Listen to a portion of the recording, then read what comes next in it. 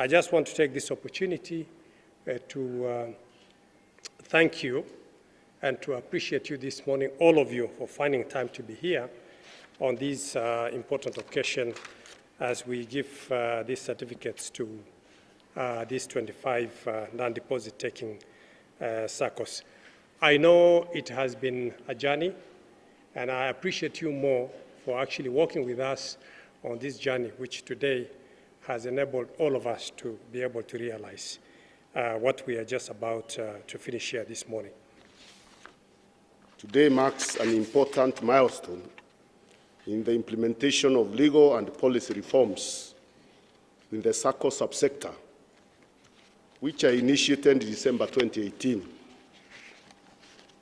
The SACCO Societies Act was enacted in 2008 to provide a legal framework for the prudential regulation and the supervision of SACCO societies in Kenya, and also to establish the SACCO Societies Regulatory Authority, SASRA, as the government principal agency to oversee the prudential regulation and the supervision of SACCOs. However, for almost 10 years of its operations, SASRA's jurisdiction was limited to regulating just one segment of SACCOs, known as the deposit-taking SACCOs, otherwise popularly referred to as foster SACCOs. The other segment of SACCOs, known as the Non Withdrawable Deposit-taking SACCOs, but popularly referred to as BOSA-only SACCOs, were not under any form of prudential oversight, other than being generally registered under the Cooperative Societies Act. The main reason for this lack of regulation of the BOSA-only SACCOs was lack of appropriate regulation designed to address the unique business risks associated with them.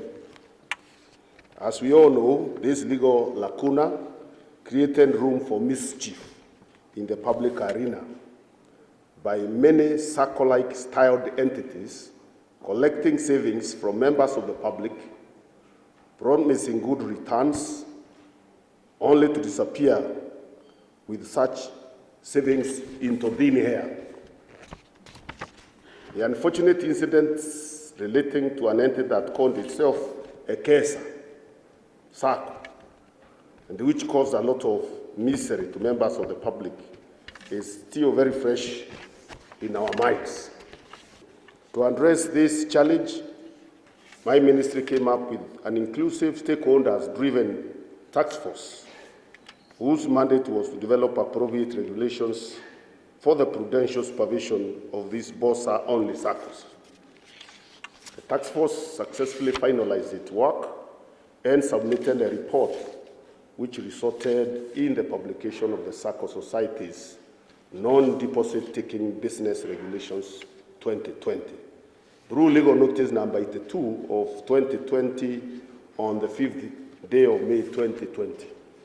After successfully being approved by both houses of Parliament, these regulations 2020 became operational with effect from 1st January 2021, with a transition period of 6 months, which lapsed on 30th June 2021.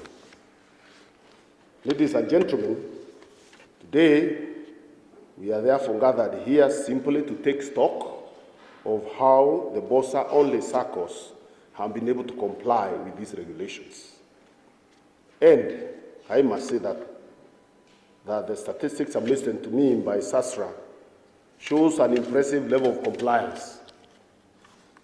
This is because as many BOSA-only SACCOs were under the radar of SASRA as potential applicants, have been able to comply with the regulations 2020 by submitting their respective applications for consideration.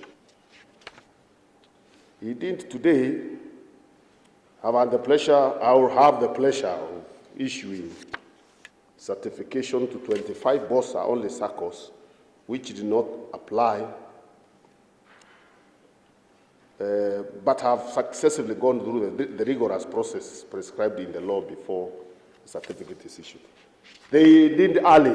They didn't just apply last minute. These ones did took the cue very early and did their work and were able to meet the requirements and therefore are compliant. And these are the first SACCOs to be given the certificate so that the general public can know these are viable businesses, they are doing well. If you put your money there, you won't lose your money. I am calling upon the SACCOs Fraud Investigations Unit to fast-track criminal investigations relating to fraud, embezzlement, and other criminal conduct within the SACCO subsector, and where criminal culpability is proved, to immediately recommend criminal prosecutions to the Director of Public Prosecutions. In the same breath, I am calling upon SASRA to henceforth keep and maintain a very robust vigilance in the market to ensure that there is no SACCO operating outside the regulatory framework. And those that do so must be made to face the full consequences of the law. Ladies and gentlemen, I must also extend my appeal to members of the public to cease and desist from undertaking SACCO business with unregulated entities.